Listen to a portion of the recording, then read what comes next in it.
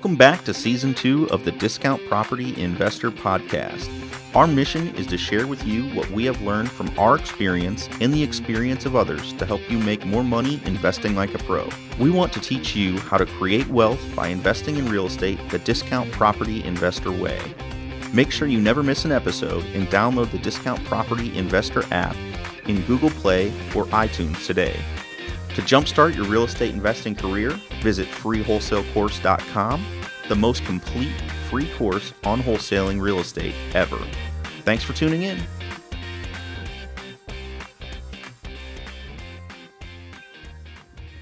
All right, guys, welcome back to the Discount Property Investor Podcast. This is your host, David Dodge, joined by co-host Mike Slane. Hey, Mike, how are you, buddy? Hey, Dave, I'm doing great today. Doing great. How are you doing? I'm doing good, man. It's Good beautiful deal. outside, up early. Got a workout in this morning. Oh, yeah, me too. Every morning lately.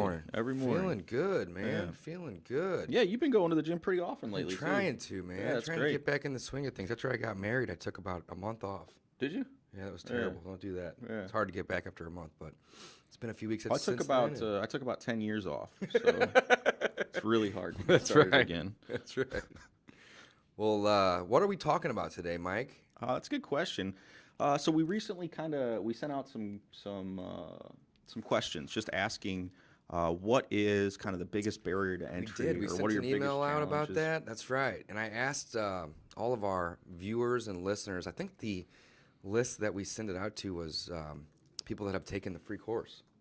So we sent an email out asking, what is the single biggest challenge, frustration, or problem that you've been struggling with? That was the question that I asked.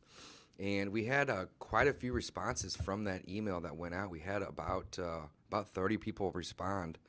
So we had good feedback. And I think today I'd like to just kind of dive into the questions that they're having and address these and give them answers and just kind of flow through and just do it like that. Yeah, let's try to Does that answer sound a few. okay? Let's shoot for maybe 3 or 4 questions.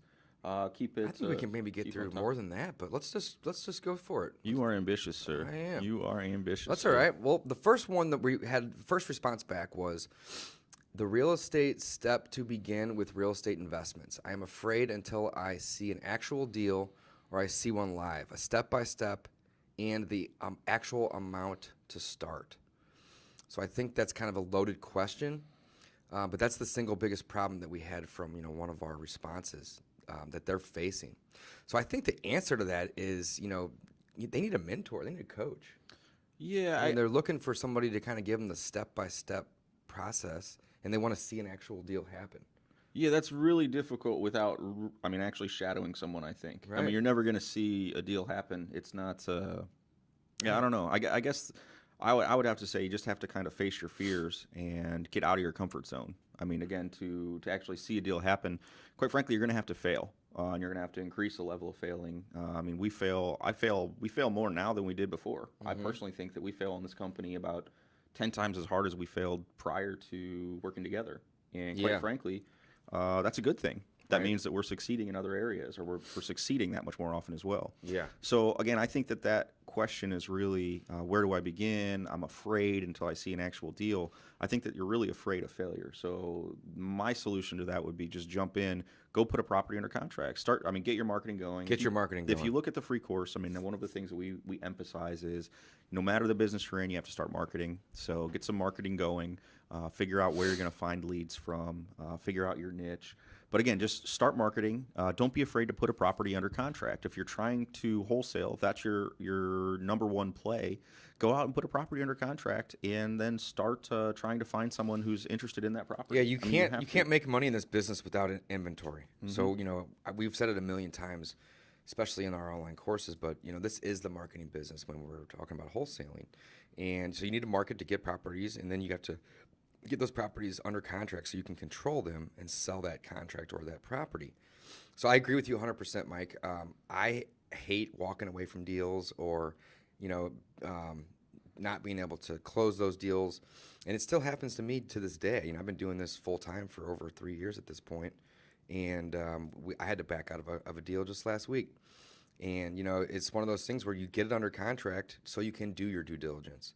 And, I did due diligence prior to that, But really, the due diligence starts whenever you get that under contract. Yeah, the real due diligence. The real due diligence. You know what? I diligence. think I maybe backpedal a little bit. I would say make offers, not get something under contract. Make offers. Get out there and somebody who's asking this, what's the first step in it? I want to see the first step. I want to do the first step.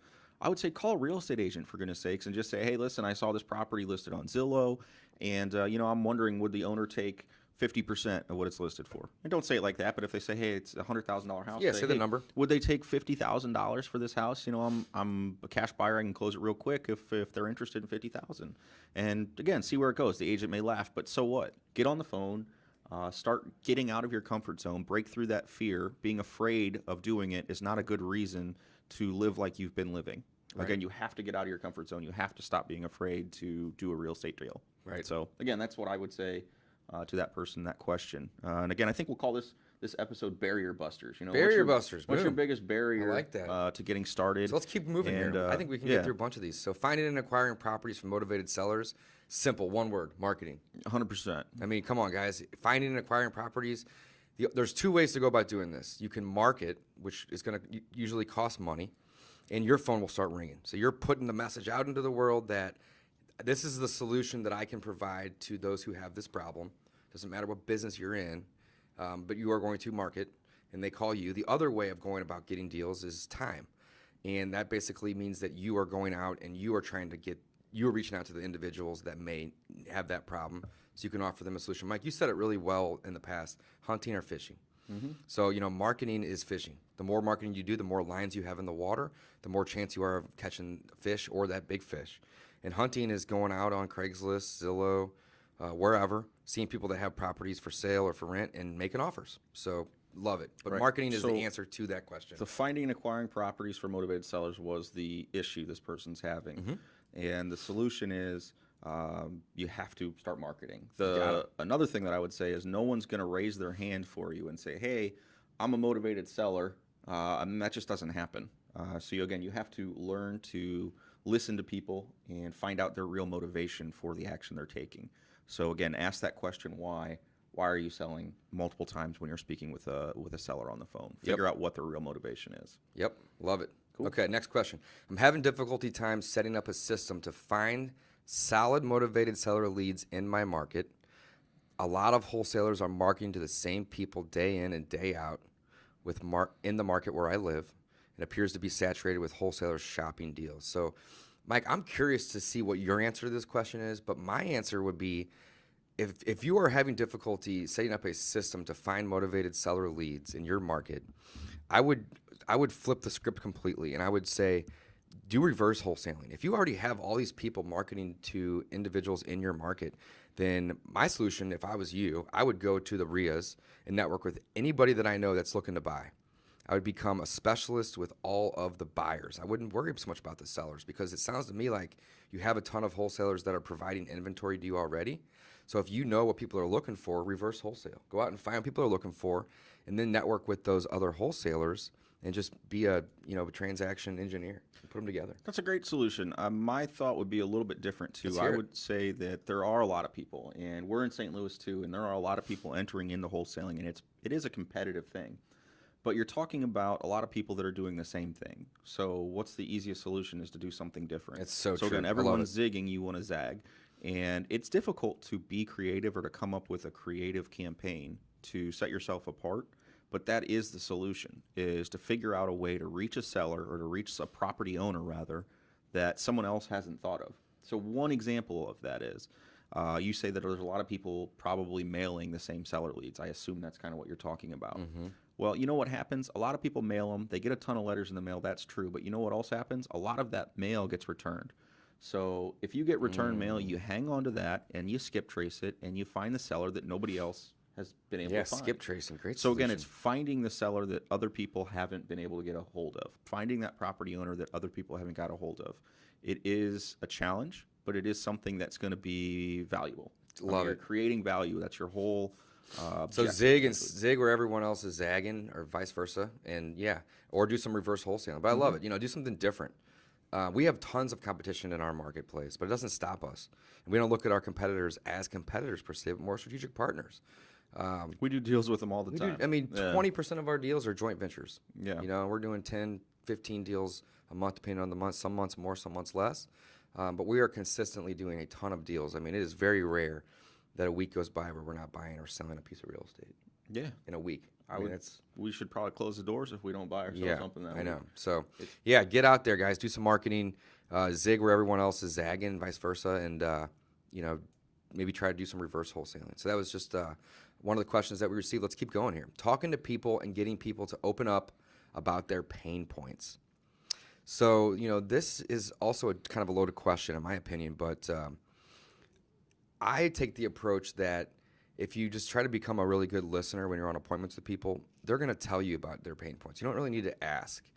Or if you are asking questions, don't ask questions that have a yes or no. Ask a question that can lead into a conversation. So why are you selling? When do you need to sell?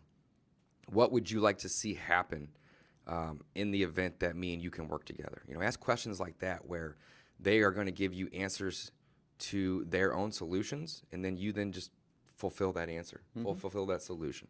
Yeah, that's good. So talking to people and getting them to open up about their pain points. That's the question again.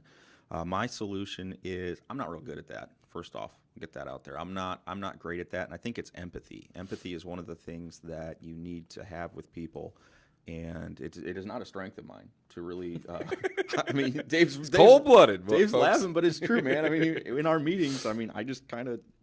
What's the solution? What's the logic? I'm here to make money, guys. I logic through everything, so I don't empathize well. But when I'm on appointments, I'm good at mirroring people. I love that. Mirroring is so important. When someone is, again, this is just kind of the simplest explanation I can give you. If someone says, "Oh well, I'm really down and out," well, you don't want to be like, this is great. You want to well, I'm really sorry to hear that, man. That really sucks.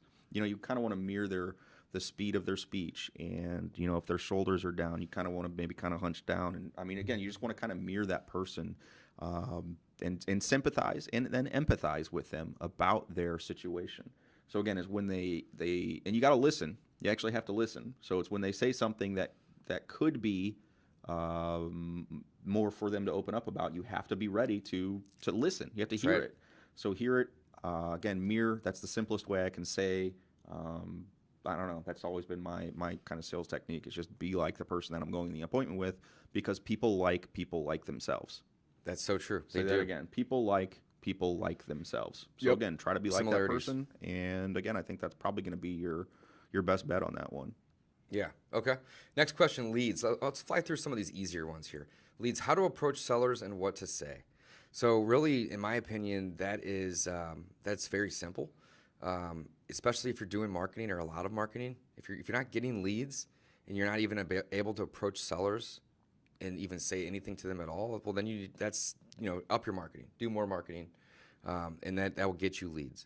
When approaching sellers and what to say, we kind of covered this in the last question, really, but basically, ask questions that will give them the floor. It'll give them the ability to start talking, and they are going to tell you their problem. And all you got to do is just offer them a solution. And everyone's going to have a little bit different problem. But at the end of the day, they need to sell a piece of property most likely. That's why you're marketing to them. That's why you're there.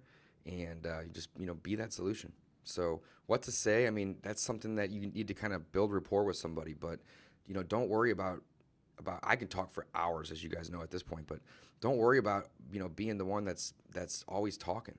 Just ask simple questions. And shut up. Let them talk. They will give you the problem.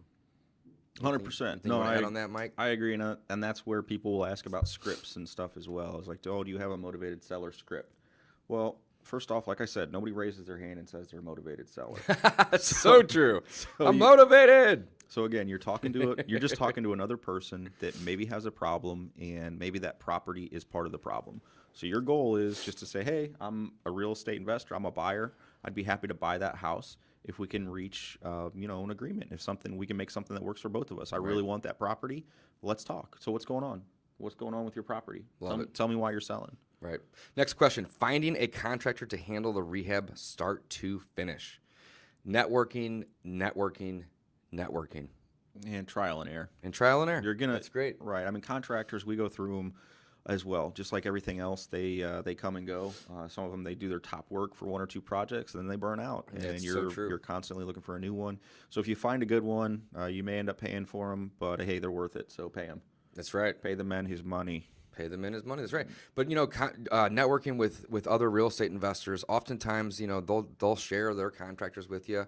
But as Mike said, so there's a good saying that I really like. It's cost, quality, and time. Pick 2. Mm-hmm. And that's really what it comes down to with contractors. You can't really get all 3. You can't get a cheap one that's going to do high quality quickly. It doesn't work that way. So that in that scenario, you're picking time and quality, but it's not going to be cheap. So your cost is going to be high. But again, cost, quality, and time. Pick 2, because it's going to be very rare that you're going to have 3. So it kind of depends on the rehab project. If it's a rental and need rental grade, well, that quality might not be great. Might not need great quality. But if it's a $500,000 to $1 million house in a nice neighborhood, quality may be the biggest thing that's needed in that scenario. Mm-hmm. And depending on cost or time, it can offset the other one. So if you're not in a huge hurry, you might be able to get a guy to do it for less. But if you're in a hurry and you want high quality, it's going to cost you, period. So, networking and trial and error. I think that pretty much sums up that question. Finding a contractor to handle the repair, the rehabs, start to finish is the question. So love it. Anything else that jumps out at you from these questions here, Mike? We got through about 6 or 7 so far. What do you say we go through a couple more, and then maybe we'll continue this? I think this is kind of interesting. It's kind of fun to answer these questions. Hopefully you guys enjoy listening to us. Just kind of give quick summaries on these answers. So yeah, why don't we do another 1 or 2? And what time are we at here, Dave? We got time? We have about 15 minutes. Yeah. So why don't we answer a few more, and then we'll wrap this episode, and then do a continuation. Yeah. The next one that we had was 3 words: finding the deal. That was the question that they sent back to us: is finding the deal. I want to reiterate what we said earlier. Marketing. You can hunt or you can fish. So those are the 2 ways to go about finding the deal. If you're not getting enough leads, well, then you need to hunt harder or you need to fish more, which just basically means spend more time or money on your efforts. And I don't watch the show that often, so somebody's going to totally correct me, and I'm completely way out of line here. But I'm thinking of like the Deadliest Catch in Alaska. Mm-hmm. They throw in these gigantic nets, don't they? And they've got these buoys on it that hang. So they're like metal cages, but they could be. Oh nets. Yeah, that one. It's the metal cages. Yep. Yeah, so they throw in like tons of these things. Tons of them. And I mean, the boat is going for miles and miles, and they're throwing in all these freaking. Sometimes they pull them up and there's none in there. Sometimes they pull up and they're loaded. Exactly. So, but think about this though. They're not putting one net in there and saying, "Well, I hope that one fills up." They're putting 100 in a row, a mile long. Right. So my point is, it's very similar to our business. That's exactly my point. Yeah. You can put out 10 pieces of mail and say, I'm not finding a deal. Or you can put out 10,000 pieces of mail and the deal's going to find you. It's going to find you. People are going to call you. That is so true. So, again, put out a bigger net. Think of that little Deadliest Catch analogy. You got to put out a whole bunch of these little friggin' baskets to catch some of those, what are they, lobsters? Lobsters, king crab. Again, it's been a long time since I friggin' watched that show. Yeah. But again, that's just popped into my head. So put out a lot of mail. Put out whatever you're going to do. So with that being said, it's a numbers game, folks. So, me and Mike, we go on 20 to 30 appointments before we find a property that we want to buy or that the seller's willing to sell at a price that makes sense to us. So let's reverse these numbers out. We may go on 20 or 30 combined. I'd say 10 to 15 is pretty good average for me. Appointments before I can get a property locked up. But we're also getting maybe 50 to 60 leads to then set those 20 to 30 appointments. Maybe 1 in 3, I'd say, give or take, that calls in is even worth us going out and looking at it because their motivation's not there or it's an area town we don't want to buy in, so on and so forth.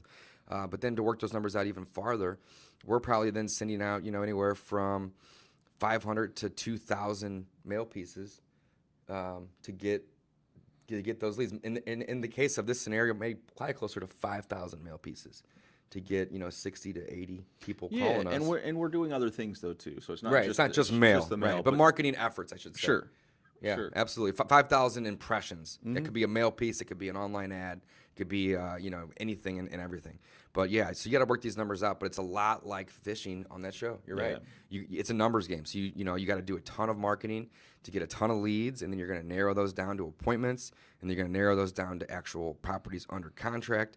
And if you're new in the game, you may not have a good ratio of getting properties under contract to selling. So that may be even 1 in 3 to 1 in 10 that you lock up under contract that actually get sold. Right. So and then we could spin this another direction. So the question again was finding the deal. One way to spin that would be, okay, well, what is a deal? Maybe you're having trouble actually analyzing, figuring out that that's a deal or not. So that's another thing, which is kind of running comps. And there are ways to do that if you don't have access to a friendly agent, or you can't access your local MLS. You can run comps with Zillow. Now, everybody, Zillow, blah, blah, blah. Well, I'm not talking about using the Zestimate. And Zillow is, again, I think they're getting better. But again, I'm not talking about using the Zestimate. You can go into Zillow and you can filter it and look for sold properties.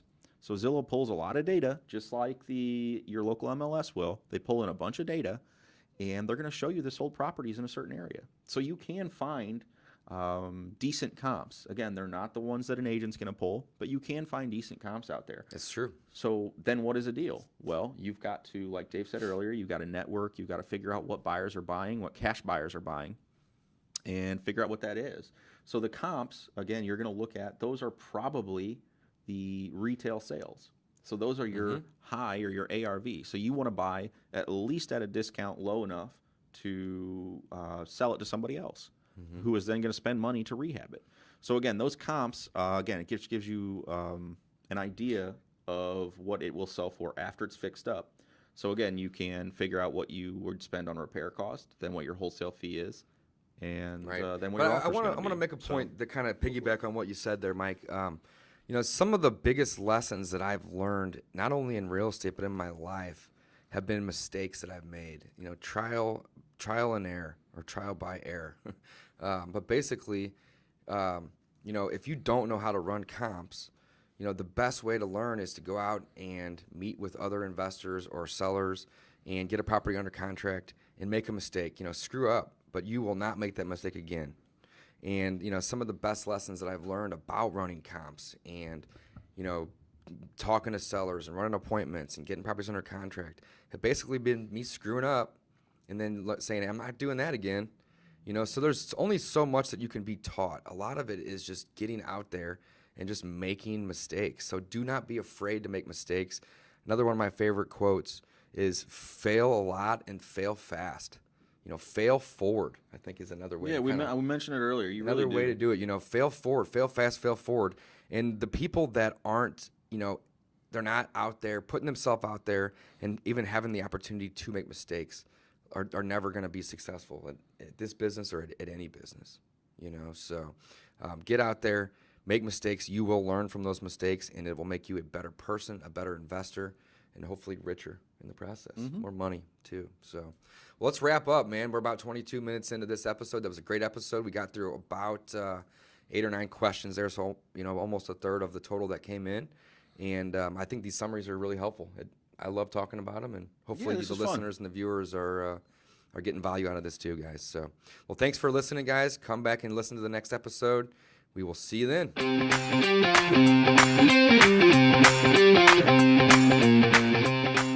Thanks for listening to the Discount Property Investor Podcast. If you enjoyed this episode, please like, share, and subscribe to help us reach a wider audience. To jumpstart your real estate investing career, please visit freewholesalecourse.com, the most complete free course on wholesaling real estate ever. We would also appreciate it if you left us a review on iTunes or Stitcher. Thank you in advance for your support, and remember, you make your money when you buy, and you get paid when you sell. Now let's go build some wealth.